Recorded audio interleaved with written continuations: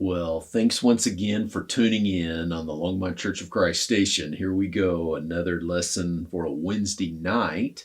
If you're following or tracking what we're doing, we're actually just studying the life of Jesus and talking about him and looking at the Messiah as we think about our current events and as we look around us. More than ever, people need Jesus Christ. And so that is our theme as we study the gospel, the word, the good news, Jesus Christ himself. And today we're going to be out of a great text, one of the best texts in the Old Testament concerning the Messiah. You know, every chapter is about the Messiah, but Isaiah 53 in particular is an awesome text because it looks at this question of why in the world did people reject the Son of God? What possessed them to turn away Jesus? And if he were to return today, would the same thing happen? You betcha. And so we want to look just though at some of the characteristics of Jesus Christ and how he continues to make a difference in this world. But we also should have this expectation concerning him and his work through his church, the body. And we'll talk more about that in a moment. But I want to use this illustration to begin with. Teddy Kollek, for 38 years, was the mayor of Jerusalem, enormously popular politician. He would often meet with Christian leaders and people from around the world to discuss whatever interests were there in Jerusalem, Israel's security, the problems of the Middle East, etc., etc. And of course, inevitably, people would ask him about Jesus Christ. And was he or was he not the Messiah of Israel? And of course, many observant Jews believe that when the Messiah comes, everyone will recognize him. So on one occasion, the mayor was asked if Jesus was indeed the Messiah. And he put together this answer. Here's what he said. He said that when the Messiah comes, like politicians like to do, they would form a committee of Christians and Jews and compose a list of questions. And then they should ask these questions of the Messiah and see if he really was the Messiah. And the first question they should ask is this: Sir, have you ever been here before? It's a good line. And a politician, right, forming a committee and asking the Messiah a bunch of questions and vetting the Messiah is probably not the way God would have his Messiah treated. And probably Jesus would not do such a thing, but because he didn't do it in the first century. Though the rare times that he was in front of a politician, like before Pilate, he kept his mouth shut. And obviously he never sought an audience with Caesar or anyone like that, and probably would have known that that would have been not very helpful for the ministry and for his cause. And so, but sir, have you ever been here before? Well, of course, Christians know the answer. Yes. That he came in the first century and he died on a cross and he was resurrected. And there really is no middle ground. You believe in him or you don't. You believe he's the Son of God or you don't. And it's interesting that the Jews, of course, rejected him 2,000 years ago and probably would reject him again today because he's just not the right kind of Messiah. He's not the kind of Messiah that you and I would expect. And so think about that for a moment. How many people expect Christians to act like these big TV stars with their big mega churches and the charisma that's involved? You think, we wouldn't fall for that. But how many of us really enjoy a really gifted communicating speaker who communicates so well and so vibrant and so charismatic, and how we automatically just listen to them and want to follow them? That vibrancy that's involved there can be very deceiving because Jesus was not like that. And as we look at our text today in Isaiah 53, we're going to see Jesus is quite a bit different from the kind of fellow that most people would follow. He's just not the right kind of Messiah. And so is it any wonder that people reject his body, the church, we're just not the right kind of people. And so we're going to see that unfold here in this text. And so I just want to list some reasons why I think we want to be very careful. Christianity, if it's extremely popular and if people really adore us and want to be involved in what we're doing, there might be something wrong with what we're doing.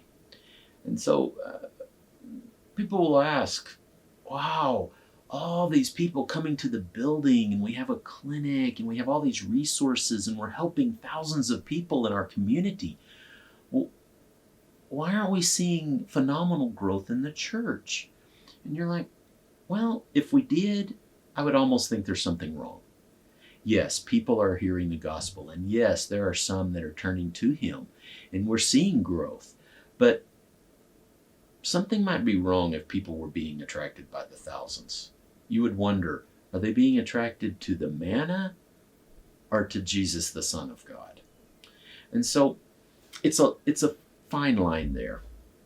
And so let's look at the text and let's just remind ourselves that the Jesus we follow is not necessarily the kind of Jesus the world would produce if they were to make a Messiah. And so, who has believed our message? The text starts by saying, to whom has the arm of the Lord been revealed? Who is his Messiah, in other words? Well, here's what he's going to be like. Isaiah says, verse 2, for he grew up before him like a tender shoot and like a root out of parched ground. So the text wants us to start with that fundamental question. Who has believed our message? And the truth is, that's the point. They did not believe his message. And so when you think about the Messiah, it's a very good question. Who has believed our message? And the answer is almost no one would believe his message. Jesus came as the Messiah, and Israel wanted really nothing to do with him. The leaders just wanted to trick him. The Sanhedrin wanted to kill him.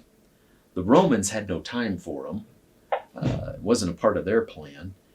And so at this time when Jesus is growing a ministry and people are following him and he's healing people and thousands will flock to hear him speak and watch him heal the sick, as all of that happened, common people, for a while they followed him. But as people got to know him, they would have enough of him.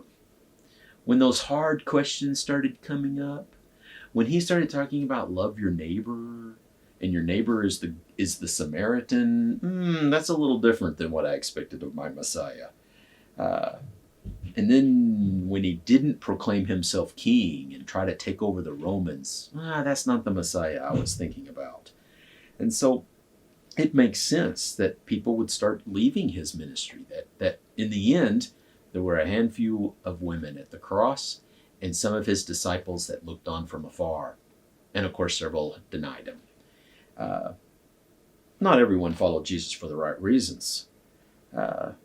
Right? Some just called him a big miracle worker, and that's all they were looking out for were the miracles. Others, of course, wanted signs and for Jesus to do spectacular things, and then they would follow him. And so it makes sense that many would have nothing to do with him, and that many did not believe him. And so, it doesn't make sense, of course. We know that the Old Testament is full of examples of the Messiah coming someday and what he would be like our text here in Isaiah 53. And yet, how many times did they reject him, even though they had the Old Testament in their hands? What else does this text say about him? I think number 2, as we see here in verse 2, a tender shoot and like a root out of parched ground, they judged him insignificant. He came from a very common background. He came from a little village out in the middle of nowhere. He was not born in Rome. He wasn't even born in Jerusalem.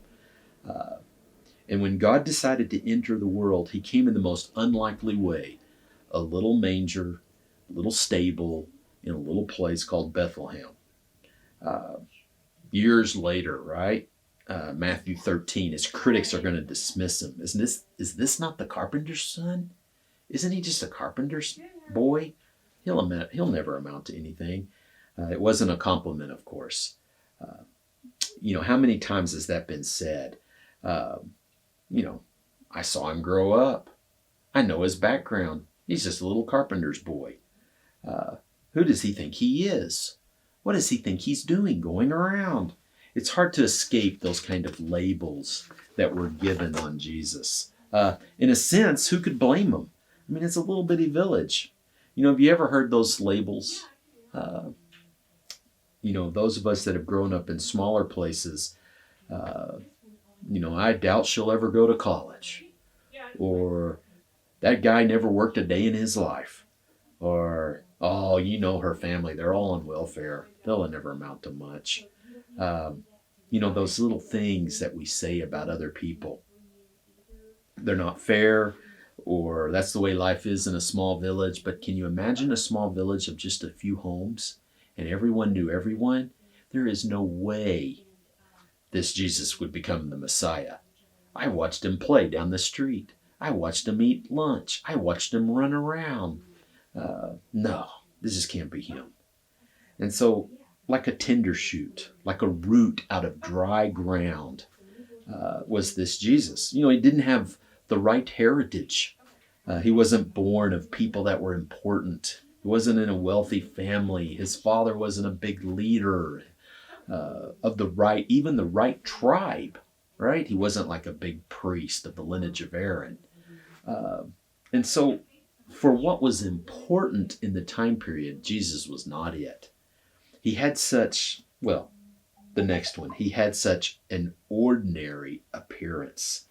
The last part of verse 2, that he had no stately form or majesty that we should look upon him, nor appearance that we should be attracted to him. For 2,000 years, people have wondered what Jesus looked like. And it's interesting, if you trace through time over the last 2,000 years, artists tend to draw Jesus the way they idealize the human form in that time period. So if you're looking at Jesus in the Middle Ages, there's a particular look. Even today, you watch these films of Jesus, and what do they have? It's always long, rich, flowing hair.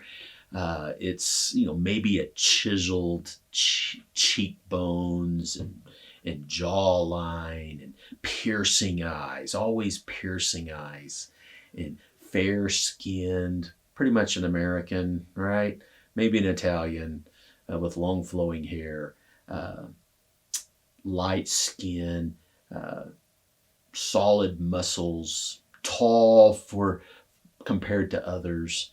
And you're like, wait a minute, that's not what the text says. Those looks could not have been true. In the movies or wherever it is. And typically, he sounds a little bit British. Like somehow the Jews spoke in a British accent when they spoke English or whatever. But that's not the way Jesus really is. We know it's true, don't we? That no one looked upon him and went, wow, I could look at him for hours and watch him speak. It's just not the way it worked. And so, once again, we see that Jesus is not the right kind of Messiah. It's true, isn't it? It's just the way life is. Studies have been done on this. People who are more attractive get the job over people who are less attractive. And so it's just the way it works. We know that to be true. And so Jesus, of course, didn't have that. He didn't look the part. Can you imagine? It's just not very impressive. I guess that's the way you could say this about Jesus. He didn't look very impressive. And so he's not the right Messiah for so many. I think the next point, verse 3, he was despised and forsaken of men, a man of sorrows and acquainted with grief. They despised him. It's that simple. They really didn't have any use for him. He wasn't going around kicking the Romans out. He wasn't trying to generate a huge army. He was just going around helping people and healing people and working with the sick, working with the sinners, giving hope to the underdog, That's not the kind of Messiah we were really looking for. And even today, if you think about in our current situation, what do we look for in a president? Or what do we look for in a leader? How would we describe the perfect leader if when we start creating all those labels? Who should run our largest companies? And Jesus just, he doesn't fit the profile. And so they despised him, right? I mean, how dare this man think he could somehow be my leader? That this person from a little place in Nazareth, look at him. He's from a poor family with no education. How could he possibly think he's going to lead me into the right kind of life? And then, of course, when it came down to it, how could he possibly be the judge? How could he have the moral authority to make correct judgment and decisions? I mean, that requires wisdom and understanding. It requires a knowledge of how people are. And Jesus was nothing like that. He's not qualified to judge me. I think that's pretty much what people have been saying for 2,000 years. How could this fellow be the judge of all mankind? You know, I think sometimes we can handle a meek Jesus. Sometimes we can handle a Jesus who's like the Christmas Jesus, who brings peace to us. But I'm not too sure about a judge who judges righteously and correctly. That just sounds like a little bit beyond a little village guy's understanding. And of course, his whole life is marked by suffering. Isn't a man of sorrows and acquainted with grief. And like one from whom men hide their face, he was despised, and we did not esteem him. You know, his whole life was characterized by suffering. A man of sorrows, someone familiar with suffering. You know, when he was born, they tried to kill him, and his parents had to take him to Egypt for a couple of years. And then he just spent his obscure life working as a carpenter's son, doing hard work, and no one noticing. And then, of course, his last 3 years was spent walking around without ever having his own home. People despising him. The leadership always trying to question him and try to put him to death. Just not the typical kind of life that you would say, wow, I wish I could live like that. People just, even today, I mean, think about that. He wasn't in a wealthy home. He wasn't living it up and traveling and seeing the world and going from place to place, telling people about his father.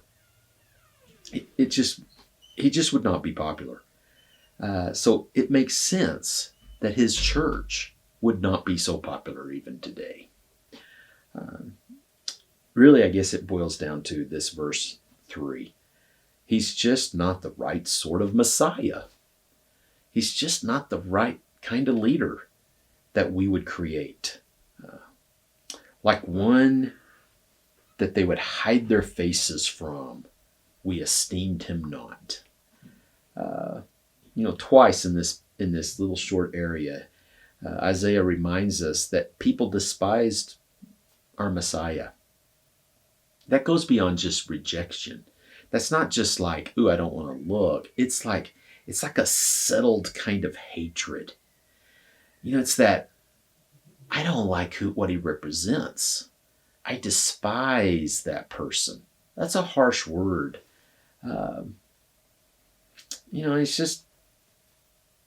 It's just not somebody that we would follow.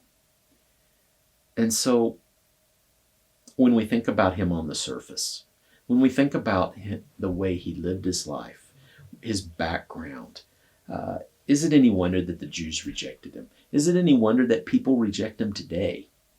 And so, unless a person is asking serious questions, like, what happens to me when I die? Where will I go? Those are the questions that Jesus Christ has the answers to. How should we treat other human beings? Jesus can help us with that. But there's so many things that Jesus is not concerned with. And he didn't have the right look. He didn't have the right feel. He wasn't the charismatic leader. He wasn't the revolutionary that was going to take over the planet with his awesome thoughts. He's just not like that. And so as we think about Jesus Christ, and we think about his appearance, his background, how people despised him, it shouldn't surprise us that people misunderstood Jesus. It shouldn't surprise us that people reject Jesus even today. And it should not surprise us that this insignificant teacher from Nazareth didn't belong in that time period, and he would not have belonged if he would show up in today's world. Can you imagine what Jesus would have to say about today's events? Jesus, what do you have to say about sports being canceled? What would he say to that? Or Jesus, what about this pandemic? Or stay-at-home orders? Or, what would Jesus say to any of that? I have a feeling the answers that Jesus would offer are probably not the answers that we could even create for him. I think he surprises us every time. And so we must be careful. I think that's the point of this lesson. We want to be careful with Jesus and not stumble over him. We who do proclaim him the Messiah, we who proclaim him the Son of God, and we want to follow him, and we desire to have a relationship with him, and we do trust him. We of all people want to be very careful not to speak for Jesus in places where he would not speak. Does he love people? Yes. Does he want us to care for people? Yes. Does he want us to proclaim good news? Yes. And so we want to continue to do that. Does that mean helping people? Yes. Does that mean helping people where they are? Oh, of course. Jesus would accept people right where they are, whatever their background, wherever they're from. But we want to be careful. In the end, we don't need to attract people because of some charisma or because we have all the answers to all of the questions that people have in this world. It's just not going to happen. But what we have is relevant for eternity. And Jesus ended up bringing us the most important message of all, himself, and his death on the cross, and his resurrection in 3 days. And so I take some comfort in that. That it's not about me, and it's not about you, and it's not about our looks. It's not about how well we can reach people. Every person must decide that on their own. They must decide that they will accept or reject our Messiah, and they'll do it based on his death, burial, and resurrection, and not on looks or personality or how they perceive the Messiah should be. And I think that should be something that brings us comfort, because it's not about you and me. It's about him. And so as we continue to honor and talk about Jesus to others, what a great message of hope. That it's okay. If people despise us and look down on us, it's okay. We should expect no less. That's what they did with our Lord and our Master. We should expect them to do the same today. But there will always be a remnant. There'll always be a few who are searching, who are looking for the answers of life eternal. And so let's be a people who are ready to give an answer when those questions are asked. Thanks for tuning in again and listening, and I'll continue to pray for you, and I hope you're praying for us, and as we all continue to serve the Lord in whatever ways we can during this time period. God bless.